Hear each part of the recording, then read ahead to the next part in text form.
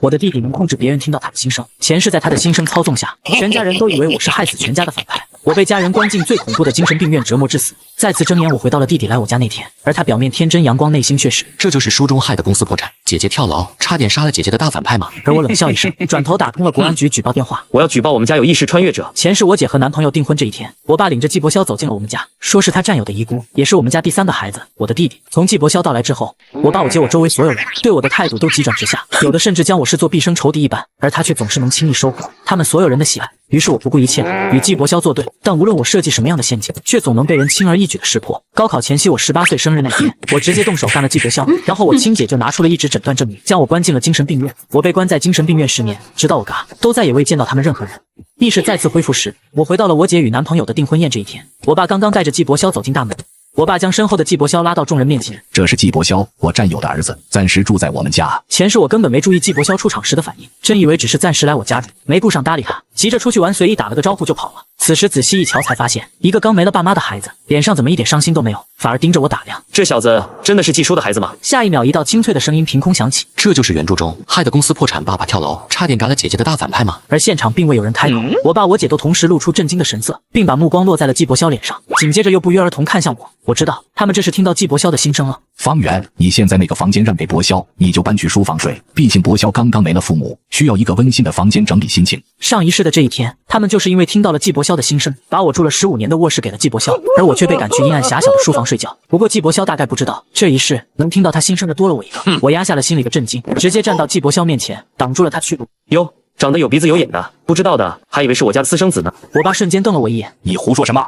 他就是你季伯伯的儿子，你小时候季伯伯还抱过你。”既然造谣我是反派，那我将反派做到底。我故意无理取闹，一脚踹翻季伯霄的行李箱，跟个地痞流氓一样一屁股坐了上去。那他要在我家住多久？1天、2天？我看你还提着行李，不会是要在我家常住吧？季伯霄的脸色瞬间拉了下来，还想继续用心声操控我爸。反派就是反派，从来不知道善良为何物，要不然方家父亲也不会最后被反派拔了氧气管。我爸脸色彻底黑了下来，并轻轻拍了拍季伯霄肩膀：“伯霄，你先进屋去，我来跟你哥解释一下。”季伯霄的眼神闪过一丝得意，又准备去占领我的房间。接着我拦在季伯霄身前：“等等，不说清楚不准进去。”季伯霄又发出了心声：“完了完了，怎么感觉反派比原著还要凶残啊？我不会小命马上就没了吧？”接着我爸我姐的目光全都落在我身上。我的弟弟能控制别人听到他的心声，前世在他的心声操纵下，全家人都以为我是害死全家的反派。反派就是反派，从来不知道善良为何物，要不然方家父亲也不会最后被反派拔了氧气管。我爸脸色彻底黑了下来，上一世他就是靠着手段，一步一步笼络我的家人。我正要说话，这时一旁的准姐夫伊藤诚见状，微笑着来劝我让开。而上辈子我跟他关系并不算好，他们订婚没过多久，我姐就见到他与其他女人搂搂抱抱。于是我姐坚持解除了婚约，不论他怎么解释，家里人都不相信他，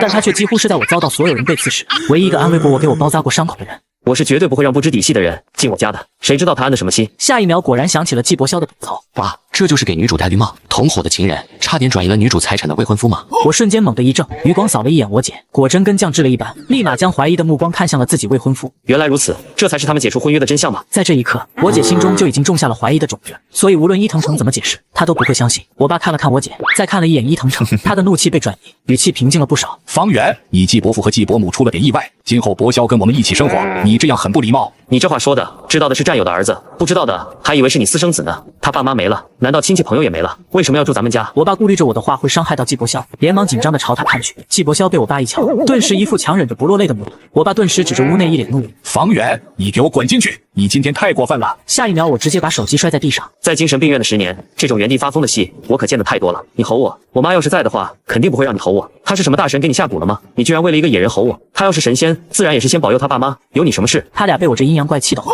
给激得稍微恢复了一点智商，看着季伯霄的眼神中带上了几分怀疑。不过转眼看到我暴怒的眼神，我姐实在没忍住给了我脑袋一巴掌。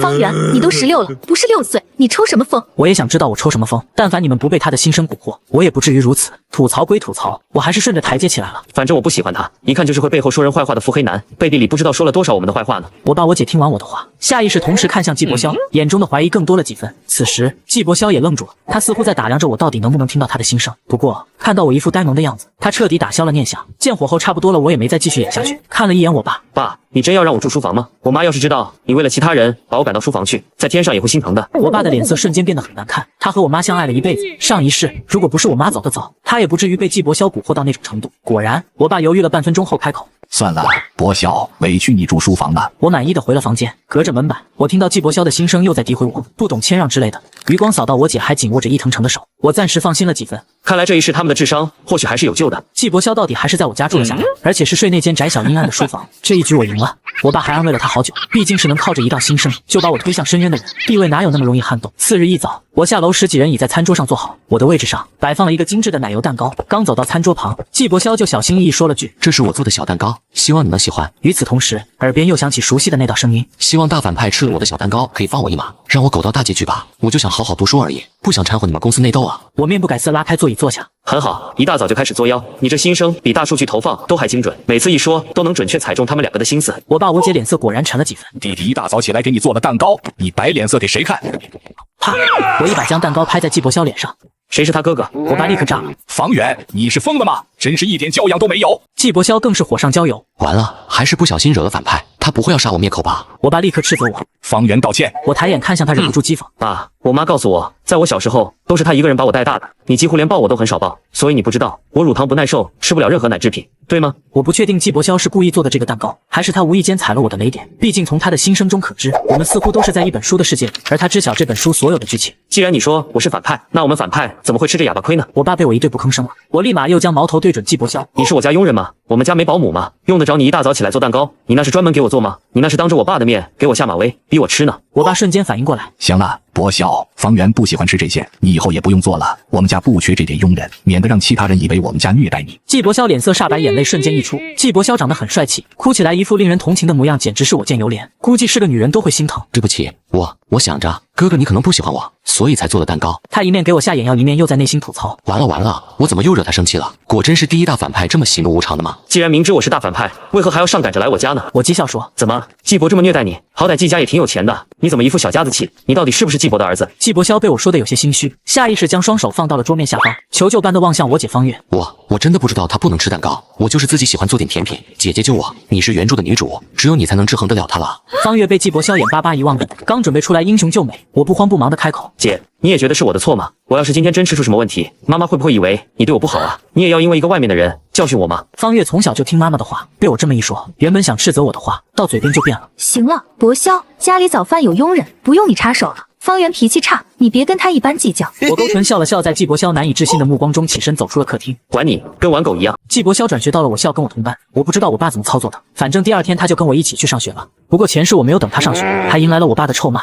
你简直就是个白眼狼！要是博潇走丢了，你也别回家了。仿佛我根本不是他的孩子一样。而现在，我当然不能留他单独跟我爸我姐相处，于是动提出带他一起去上学。季伯潇似乎被我主动的关心，吓得不轻，连忙看向我爸。大伯，不要啊，他可是大反派啊，肯定要对我动手了，我还不想死啊！不知是我无意间唤起了我爸的良知，还是我爸想起了我妈，这次竟然没有完全向着男主说谎，而是警告了我一声不可以欺负弟弟，就放任我带着季伯潇一起出门。看来这一世目前为止，他似乎没有受到男主心声的影响，我又放心了不少，一切都还有挽回的余地。季伯潇小心翼翼跟着我来到了学校，一路上安静多了，一句他的心声都没听到，果真是精准投放。到了学校之后，刚进班里就碰到了我们年级的学霸沈冰冰。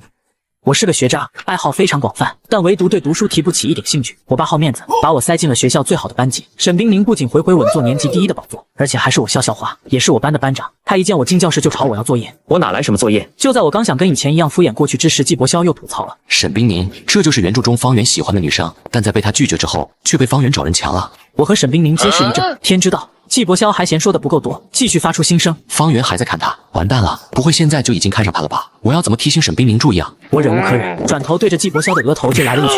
我忍无可忍，转头对着季伯潇的额头就来了一拳，打得季伯潇猝不及防，连一旁的沈冰宁都被吓了一跳。方圆，你干什么？我看他脸上有个蚊子，帮他赶一下蚊子，是不是？我亲爱的弟弟。季伯潇被我揍得敢怒不敢言，只能尴尬的陪笑。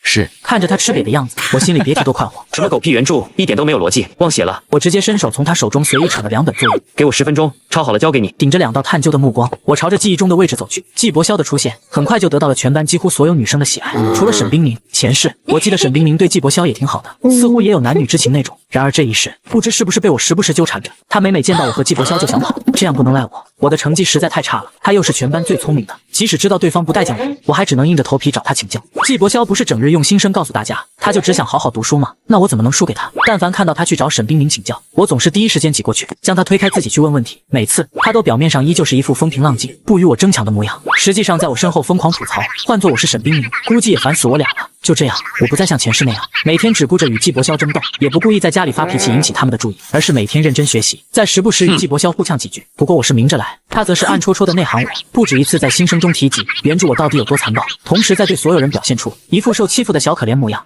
我爸看着我俩斗法，不像前世那样拉偏架。我姐倒是每一次都出来做和事佬，不过几乎都是训斥我的多。沈冰凝不知道是不是被我专心学习的态度打动，似乎没有像一开始那样排斥我了，而且完全看不出对季伯霄还有爱慕之情。就在我以为剧情已经慢慢偏离轨道，总有一天他们都能全部恢复正常之时，现实却狠狠打了我一巴掌。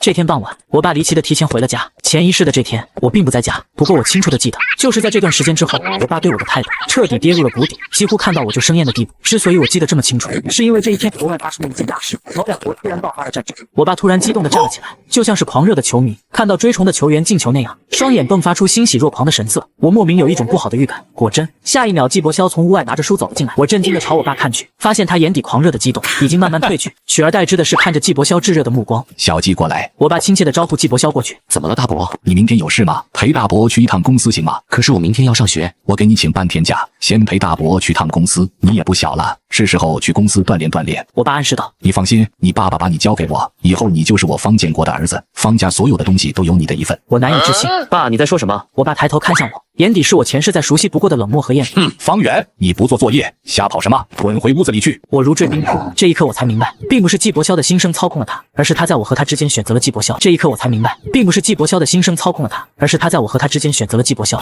我出于嫉妒和不甘，觉得男主抢走了我的一切，所以才针对季伯霄。那么我爸是因为什么才珍视季伯霄，而仇视我这个亲生儿子呢？显而易见，只因为一个利字，一个能给他带来无上利益的外来者，自然要比我这个可能将来会害他跳楼的亲生儿子好上数百倍。不。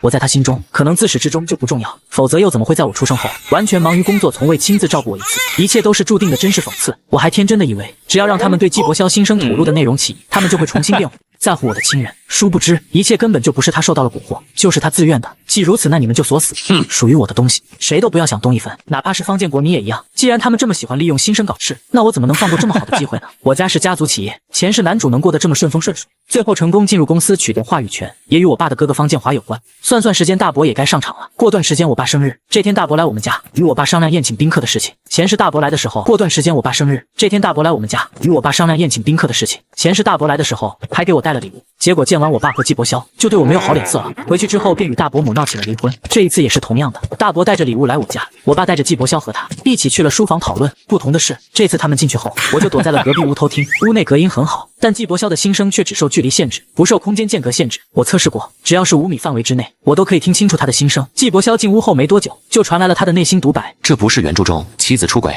反被方圆联合其妻子陷害，净身出户的那位方建华吗？哎呀，这位大伯头顶都快是一片青青草原了，你老婆跟你助理都睡了好几年了，怎么一点都没察觉啊？啧，好，哪都有我，到底是哪里冒出来的原著？我不帮着从小给我送礼物的大伯，却去帮出轨的大伯母，这么明显的问题都没人怀疑吗？我跟那个大伯母总共都没说过几句话，他还一直都不喜欢我，我是疯了吗？我帮他。过了没多久，大伯就气冲冲出来了。我躲在屋内，悄悄拿起随身带着的微型摄影仪，拍到了他愤怒的正脸后，才返回了自己卧室。既然你们都信了我会帮大伯母，不照着做，岂不是对不起我的人设？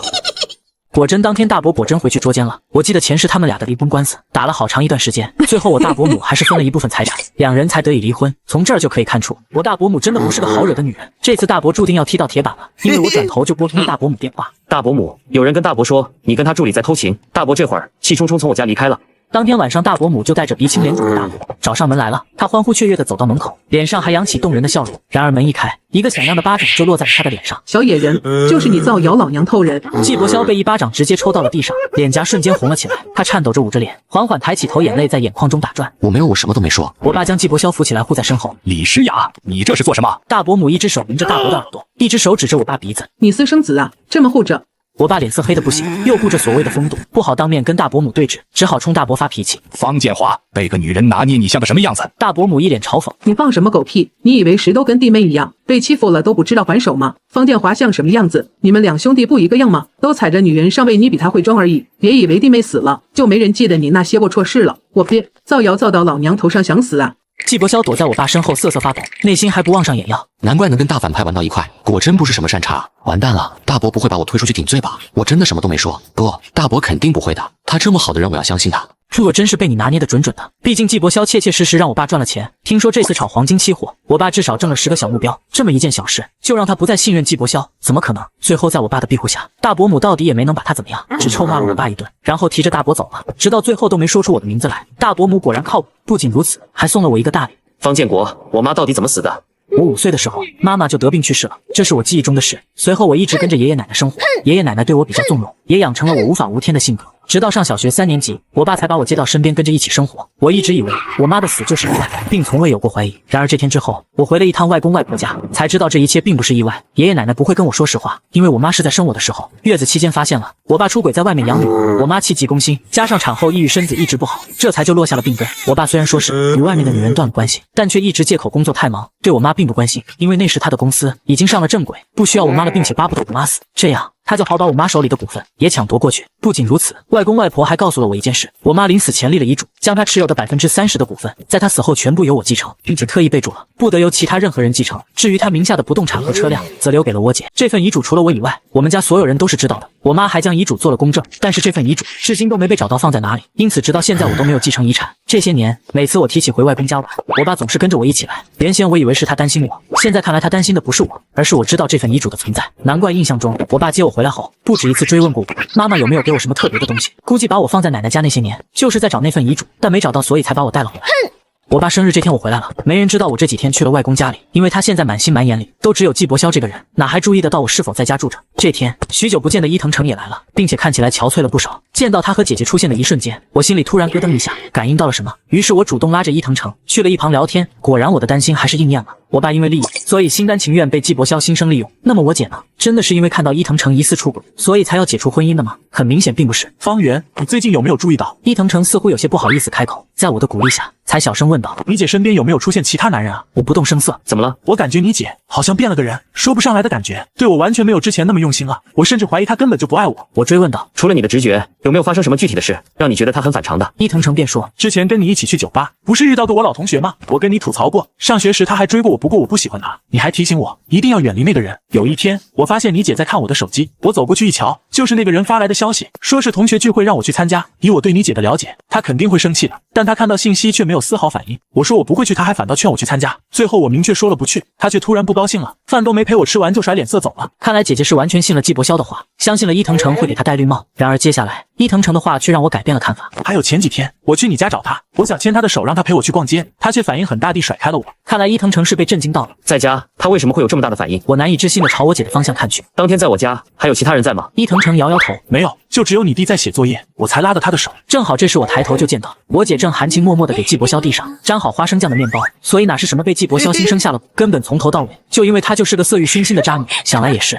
整日面对长相年轻帅气，还能预知未来的季伯霄，桃花眼整日深情地望着他，同时一直在心里表达赞美和崇拜。他如何会不动心呢？不过是跟爸是一类货色的渣女，凭什么我们一家都不是什么好人，就我一个人是季伯霄口中的大反派？你们都想踩着我上位，做你们的春秋大梦去。我并没有再劝伊藤诚，我能帮忙的只是让他避开季伯霄口中的预言这把大刀，但我无法控制我姐不对他变心，之后的选择还是得他自己做。我只是暗示了一下我姐对季伯霄不正常的态度。没过多久，伊藤诚就主动告诉我，准备跟姐姐解除婚约了。我问清楚了他们上门拜访的时间，并提前做了准备。退婚这天，伊藤诚父母陪同他一起前来，按习俗退婚，则要退订婚时所赠送的礼物，毕竟商业上还有往来。伊藤诚父母虽然对我姐和季伯霄都没什么好脸色，但对我爸还是说的比较委婉，只说是相处下来性格不合。就在两方谈得快要接近尾声之时，季伯霄那难缠的亲戚来了，这自然是被我请来的。我一直在想，为什么季伯霄明知我是大反派，却还要跟着我爸离开？一查才知道，我这顶多算是三流言情小说中的无脑反派。他家那些个亲戚，可个个都是黄金档侍情剧里战斗力满级的撕逼达人，还有我爸一个唯利是图的人，怎么会愿意带这么个麻烦回家来？原来是因为季伯霄父母给他留下了一大笔财产。得知季伯伯遇难后，季家那一堆亲戚一直摩拳擦掌，要来争夺遗产。季伯霄没有我爸护着，早就被那群亲戚生吞活剥了。前世直到我被关去精神病院，他们都没有出现，不知是被我爸对他们动的手脚，还是在我走了之后才来的。这堆极品亲戚在得到我故意放出的方家收养季伯霄的内幕，不过是为了培养他与方月的感情，好吞并方家所有家产，又亲眼见证方月与未婚夫退婚，怎么还会不信呢？不仅他们信了，就连季家的叔叔婶子都信了。一时间我们家精彩的很，最后还是警察来了，才成功解救下我爸他们几人。一向最注重礼仪的我爸被拉扯得狼狈至极，而季伯霄显然没有预料到这种场景，他那文弱书生一般的身体哪能经得起这群人的折磨，都被掐得红一块紫一块的，比那天大伯母打他还要哭得真情实意。这场闹剧以我爸当着季家众人的面发誓，他收养季伯霄绝对没有任何私心，而方月也绝对不可能对季伯霄有任何私情，暂时罢休，但这远远不够。在我的拱火下，季家开始了长达数月的遗产争夺战。最终，法院按照遗产继承法重新划分了季伯伯留下的遗产。季家但凡是个姓季的狗，都能出来分上一杯羹。季伯霄手中的资产少了很大一截，他除了外貌现在能提供给我姐的，完全比不上伊藤诚。至于预知未来的能力，一切都被我爸把控着，他也只能跟在后边捡点剩下的。没有伊家的支持，我姐在集团的处境就没有之前那么轻松了。上辈子他与伊藤诚解除婚约后，应该是惦记着季伯霄的财产，所以能处变不惊的徐徐图之。这一世他的底牌已经被我抽掉一大截，明显慌了不少。他也开始明里暗里来追问妈妈是否给我留下什么特殊的东西。我真的很想告诉他，你以为找到了那份特殊的东西之时，集团还会有你的位置吗？在精神病院的10年，我相信这不只是我上辈子的结局。如果这辈子我放任季伯霄继续在我家作妖，那么等我爸真的靠着他做到首富那一天，我的结局一定不会比上辈子好。所以我必须要赢。我一直未能找到妈妈留下的遗嘱，因此也一直按兵不动，整日里收集着男主时不时透露的心声，专心应对着即将到来的高考。这3年里，除了与男主斗法，学习上我也从未有过一天懈怠，毕竟都死过一次了，学习的苦哪比得上我被当精神病的那10年苦？我很珍惜这重来一次的机会。沈冰凝从最初对我的祭拜，到现在已经能完全对我放下戒备，没想到重活一次，才发现可以不被剧情控制的，竟然是跟我一个毫无血缘关系的外人。果然能做年级第一的人，脑子就是好使。没想到这份特殊的东西来的是如此的出人意料，却又在情理之中。18岁生日当天，也是高考前最后一次放假。过了今天，明天就要回学校去看考场，后天就是高考。这次我选择回了外婆家，方家早就没了我容身的地方。方月不愧是被季伯霄称之为女主的人物，在她与一家解除婚约后，她在集团蛰伏了一段时间，靠着男主心声和自身的能力，成功拿下好几个大项目，彻底站稳了脚跟。同时看着季伯霄的眼神也更加炙热，毕竟谁不喜欢一个能给自己带来钱财地位的预言家呢？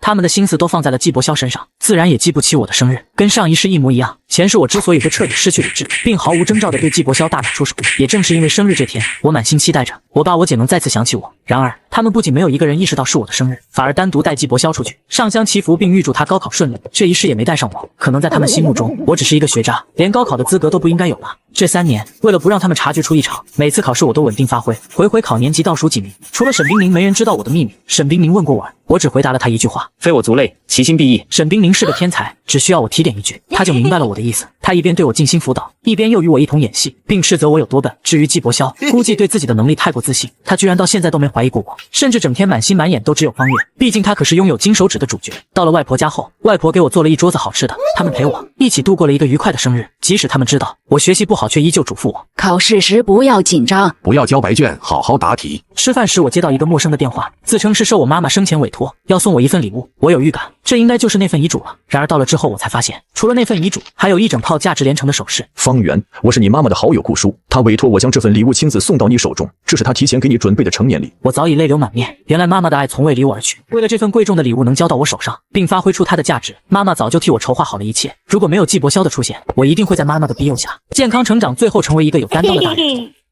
我想起来了，前世这天他们去寺庙祈福，最后却早早的就回来了。现在想想，前世我并没有提前得知这份遗嘱的存在，也没有回姥姥家。顾叔应该是去家里找的我，只是那时候我被嫉妒蒙蔽了双眼，机遇陷入疯癫，正在一心计划着怎么报复季伯霄。他到家后没见到我，却碰到了我爸他们，又或者在祈福的过程中，季伯霄又给他们透露了什么，所以这份遗嘱最终没能到我手上。也就是说，即使我没有对季伯霄动手，我姐应该也会要除掉我。毕竟同是妈妈的孩子，为什么她要把重要的股份全部留给我一人呢？但是现在一切都要换过来了，不出意外，季伯霄此时应该被国安局的检察人员带走了。不管今晚这份遗嘱出没出现，我都决定要对季伯霄动手了。既然你口口声声说着你只想好好读书，我又怎么会让你如愿参加高考呢？毕竟我可是你口中臭名昭著的大反派。3年来，我身上一直装着微型摄影仪，季伯霄每一次吐露心声，在场所有人的反应都被我录了下来，他每一次说的内容也都被我按照时间节点记录好，整整记录了一大本。我一个人的话自然不能作为证据，但多了个沈冰凝呢。当天晚上，我和沈冰凝就被请了过去，一同前去的还有方建国和方月。不过他们父女并不知道发生了什么。国安局的人借了警方的身份，称季伯霄与一次谋杀案有关，要带去调查。考虑到还未成年，便让他俩陪同。只是他们不知道，我和沈冰凝就在他们那间审问室的隔壁。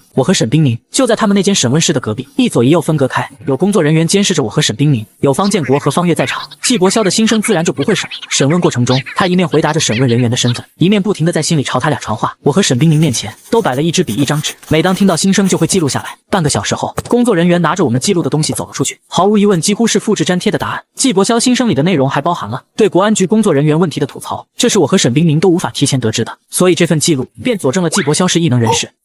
季伯霄被戴上手铐带走时，方建国和方月完全懵了，甚至不顾场合的阻碍起工作人员执行公务。我和沈冰凝出去时，正好碰到季伯霄泪眼汪汪的向他俩求救，同时他再也控制不了自己的心声，歇斯底里的说着：不可能，我是穿越的，我才是这个世界的主角。系统，你给我出来，为什么是这个情况？他们怎么会是国安局的人？我冷冷地看着他们几个的闹剧，等季伯霄注意到我时，才开口说：“爸，姐，别装了，你们不也能听到他的心声吗？你们早就知道他不是季伯霄本人，此时还演什么戏？这些年靠着他，你们赚的也够多了吧？”季伯霄哪还有什么不明白的，一脸惊恐地看着我。不可能，你怎么会听得到？不可能，你怎么会听得到？方建国眼看事情已经超出了自己控制范围，也不再想着救季伯霄了，只是嘴硬说：“我不知道你在说什么。”方月也反应过来，我听不懂你的意思。一副漂亮的银手链突然烤在了他俩手上。二位，你们涉嫌包庇异世界恐怖分子，借机谋取暴利，也请跟我走一趟吧。真当我3年陪你们演戏是好玩的？那份记录和你们今天的反应，早就已经出卖了你们。我冷然看着他俩，不再想说一个字。方建国和方月被带走调查后，我拿出了那份继承了集团30%股份的遗嘱，在我的支持下，加上舅舅现有的5%的股份，我们成为了目前集团股份占比最多的一方。舅舅成功接手了云氏集团。本来就是我妈出钱才有的公司，如今回到我们家人手上，也不过是物归原主。很快判决下来，因其中真相太过隐秘，并未对外公开，只有我和沈冰冰2个当事人清楚。方建国和方月被判包庇间谍罪，锒铛入狱。至于季伯霄他们，则是说得很含糊，我猜测8成被拉去做什么实验研究了吧。而我考进了一个不错的学校，开始了我前世没有过的大学体验，一切终于回归正轨。